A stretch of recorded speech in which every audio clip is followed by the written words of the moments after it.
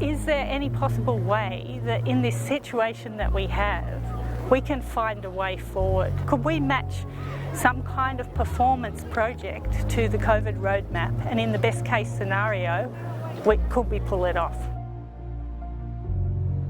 In the midst of the COVID pandemic, I was at home doing not very much, and I was approached by Anne-Marie with this amazing idea. We were all very thirsty to do something creative at this point because we'd had a year down in lockdowns. And I got an email from a person called Anne-Marie, and she was just inquiring about drone services for some project. I mean, I was approached on the night to just be a whimsical skater at first. Anne-Marie came up with an idea to bring people together in a COVID-friendly and a COVID-normal way and redefine what would be a stage. So, the first time I heard about Project Starling was I was at home in the kitchen and Mum came to me and said, Serena, right, I've got a really good idea, but hear me out first. Project came along with 30 plus. I was like, oh my God, this is such an incredible opportunity. It's September 2020, it's COVID, we're in lockdown, unable to do anything. We both have daughters who dance. And after a full year of dancing on 1.5 metres by 1.5 metres, all of a sudden we had this stage that was huge. When Anne-Marie explained to me it was about the final year students for the Australian Ballet, I was really excited about helping, because I knew it was a difficult year for not just the ballet kids, but all kids, in fact everyone. The admiration of Starling flock together and create these fluid movements in the sky as a collective protecting each other.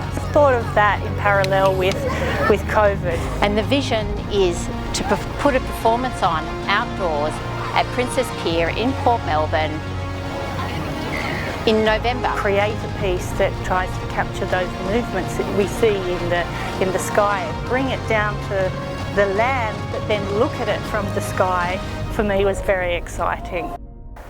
So we were inspired by the flight patterns of starlings, and having 30 plus dancers on the screen, I really wanted to play with formations and the way that, you know, it's not just 2 legs and 2 arms. When you times it by 30, you've got like 100 plus limbs, and really playing with the way that all of those moving parts can come together and create something really visually interesting. I was really lucky that it wasn't something that I had to do by myself for the first time, as Mason was an amazing mentor.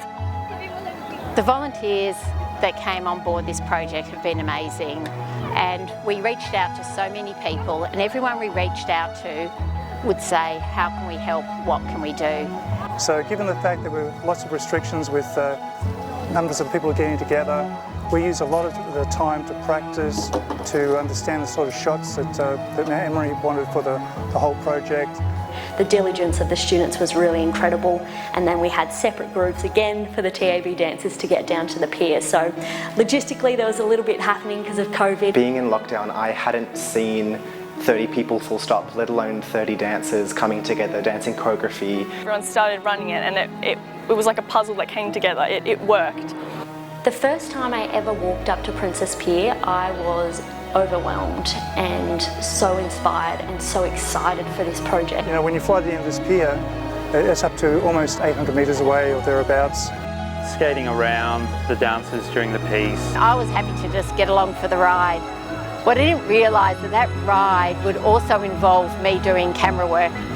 It's a wonderful privilege to be able to bring people together on Boonwurrung land. Now we have this really beautiful kind of monument to community and to dedication to our art. The goal in this project is that for every single person involved, that they walked away with something, whether it can be the smallest part of, I had a really happy day volunteering at the shoot, to, wow, I didn't think I was going to achieve anything in this year, and now I can look back and I've done this.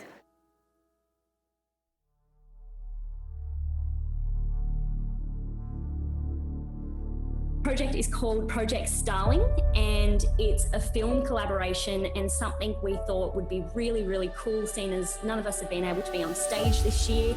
So it'd be a performance 2020 style, film style, outdoors, and it's something we're very, very excited about.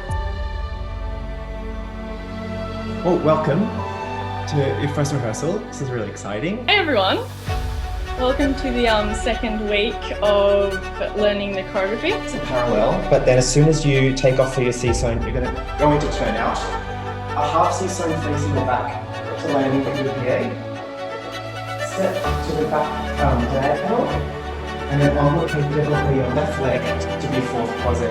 Where I put a purple sock on my right foot and on black on my left. So if you happen to get, like, it may be helpful or not, but like if I'm standing there and you're like, what foot's in front? Just know that the purple foot's my right foot.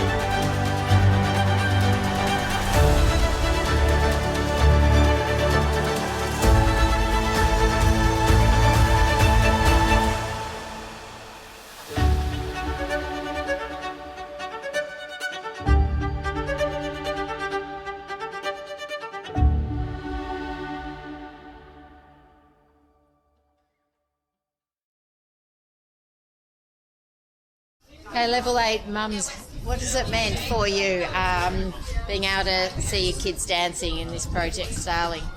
Oh, we were a bit teary yesterday seeing them out. It's just good even to hear them laughing together. Yeah. Seeing the beautiful movement in such a gorgeous setting. It's been fabulous. Great end to the year. Yeah, really good, especially after no culture through the year. Just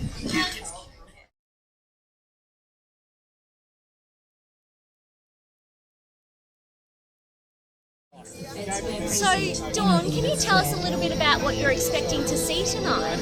Tonight? I'm expecting to see the level 8 students that I have not seen since last year, when they were level 7. And from what I've seen on Facebook, it looks like a very interesting piece that has been very carefully choreographed by Mason and you guys. Yeah. Very cool. And you've had a long time away from the theatre, which is very unlike you. What have you missed most about the theatre itself and the dancers and the orchestra and just the vibe of all the audience members? It's been... Watching ballet on TV is my least favourite way to watch ballet, but it's all I've had for the last year, and I got through. I'll put it that way. What was good about being at the filming day was the fact that you saw it as an audience member, but you didn't see it with all of the drone work. No, it's just to be here for a premiere of a ballet production is just, it's exactly what I live for, to see new work by new people. Feeling extremely excited because it's kind of like the end to the beginning, and it's kind of a nice way to start the year. And I think for the kids to see this happen here is a pretty amazing feat.